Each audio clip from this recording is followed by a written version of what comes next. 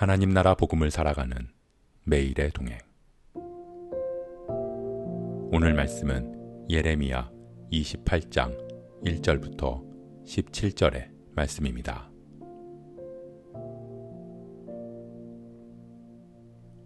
그 해 곧 유다 왕 시드기야가 다스리기 시작한 지 4년 다섯째 달, 기브온 아술의 아들 선지자 하나냐가 여호와의 성전에서 제사장들과 모든 백성이 보는 앞에서 내게 말하여 이르되, 만군의 여호와 이스라엘의 하나님이 이같이 일러 말씀하시기를, 내가 바벨론의 왕의 멍에를 꺾었느니라. 내가 바벨론의 왕 느부갓네살이 이곳에서 빼앗아 바벨론으로 옮겨간 여호와의 성전 모든 기구를 2년 안에 다시 이곳으로 되돌려오리라. 내가 또 유다의 왕 여호야김의 아들 여고니야와 바벨론으로 간 유다 모든 포로를 다시 이곳으로 돌아오게 하리니, 이는 내가 바벨론의 왕의 멍에를 꺾을 것임이라. 여호와의 말씀이니라 하니라. 선지자 예레미야가 여호와의 성전에 서 있는 제사장들과 모든 백성들이 보는 앞에서 선지자 하나냐에게 말하니라. 선지자 예레미야가 말하니라. 아멘. 여호와는 이같이 하옵소서. 여호와께서 내가 예언한 말대로 이루사 여호와의 성전 기구와 모든 포로를 바벨론에서 이곳으로 되돌려 오시기를 원하노라. 그러나 너는 내가 내 귀와 모든 백성의 귀에 이르는 이 말을 잘 들으라. 나와 너 이전의 선지자들이 예로부터 많은 땅들과 큰 나라들에 대하여 전쟁과 재앙과 전염병을 예언하였느니라. 평화를 예언하는 선지자는 그 예언자의 말이 응한 후에야 그가 진실로 여호와께서 보내신 선지자로 인정받게 되리라.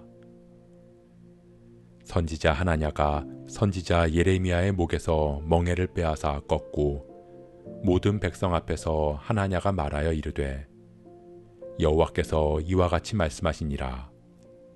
내가 2년 안에 모든 민족의 목에서 바벨론의 왕 느부갓네살의 멍에를 이와 같이 꺾어버리리라 하셨느니라 하매, 선지자 예레미야가 자기의 길을 가니라. 선지자 하나냐가 선지자 예레미야의 목에서 멍에를 꺾어버린 후에 여호와의 말씀이 예레미야에게 임하니라. 이르시기를, 너는 가서 하나냐에게 말하여 이르기를, 여호와의 말씀에 내가 나무 멍에들을 꺾었으나 그 대신 쇠 멍에들을 만들었느니라. 만군의 여호와 이스라엘의 하나님께서 이와 같이 말씀하시니라. 내가 쇠 멍에로 이 모든 나라의 목에 메워 바벨론의 왕 느부갓네살을 섬기게 하였으니 그들이 그를 섬기리라. 내가 들짐승도 그에게 주었느니라 하라.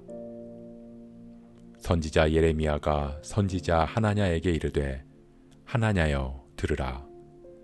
여호와께서 너를 보내지 아니하셨거늘 내가 이 백성에게 거짓을 믿게 하는도다. 그러므로 여호와께서 이와 같이 말씀하시되, 내가 너를 지면에서 제하리니 내가 여호와께 패역한 말을 하였음이라. 내가 금년에 죽으리라 하셨느니라 하더니, 선지자 하나냐가 그해 7째 달에 죽었더라.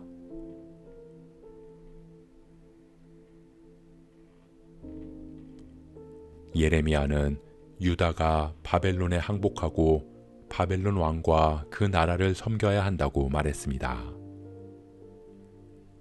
그의 예언은 왕과 백성들에게 불편하게 들렸을 것입니다. 그리고 예레미야의 예언을 불편해하는 또 하나의 사람들은 선지자들이었습니다.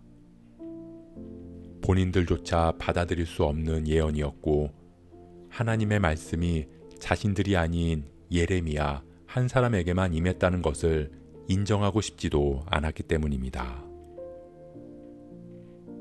바벨론의 멍에를 매라는 예레미야의 말에 하나냐가 나와서 정면으로 반박합니다.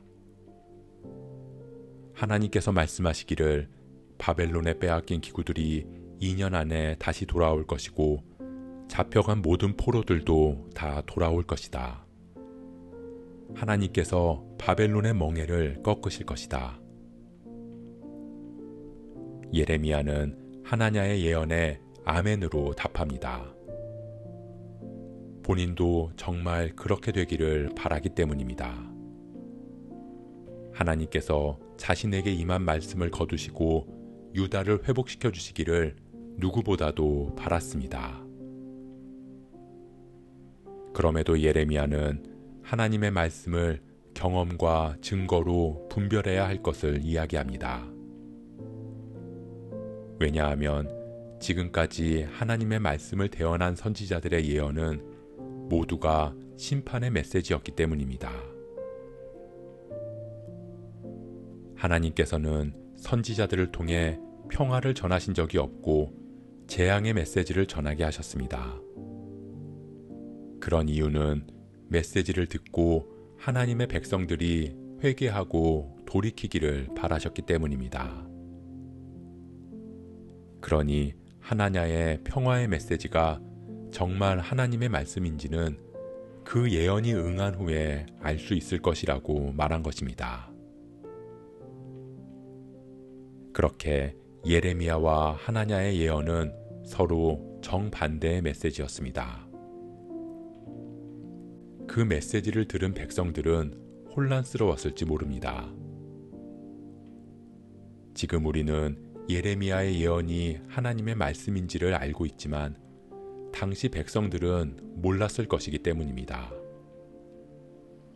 오히려 친바벨론적인 예레미야보다 민족적인 하나냐의 예언을 더 믿고 싶었고 그래서 더 신뢰했을 것입니다. 그러나 예레미야의 말처럼 하나님의 말씀은 백성들이 하나님께로 돌아오기를 바라는 마음이 담겨 있기에 심판과 재앙의 말씀일 수밖에 없습니다. 사랑하는 성도 여러분, 하나님께서는 당시 선지자와 같이 교회를 세우셔서 그 사명을 감당하게 하셨습니다. 교회를 통해 하나님의 메시지를 세상에 전하게 하십니다. 그러나 우리가 살아가는 오늘날의 세상 역시 당시 유다의 상황처럼 하나님의 말씀이라는 이름으로 많은 메시지들이 전해지고 있습니다. 그렇기에 우리는 수많은 메시지 중에서 하나님의 말씀을 분별해야 합니다. 그리고 그 기준은 예레미야의 말과 같을 것입니다. 우리가 듣고 싶은 말, 복과 번영과 화평을 말하는 메시지가 아닌 우리가 듣기 거북한 말이 오히려 하나님께서 우리에게 하시는 말씀일 수 있습니다.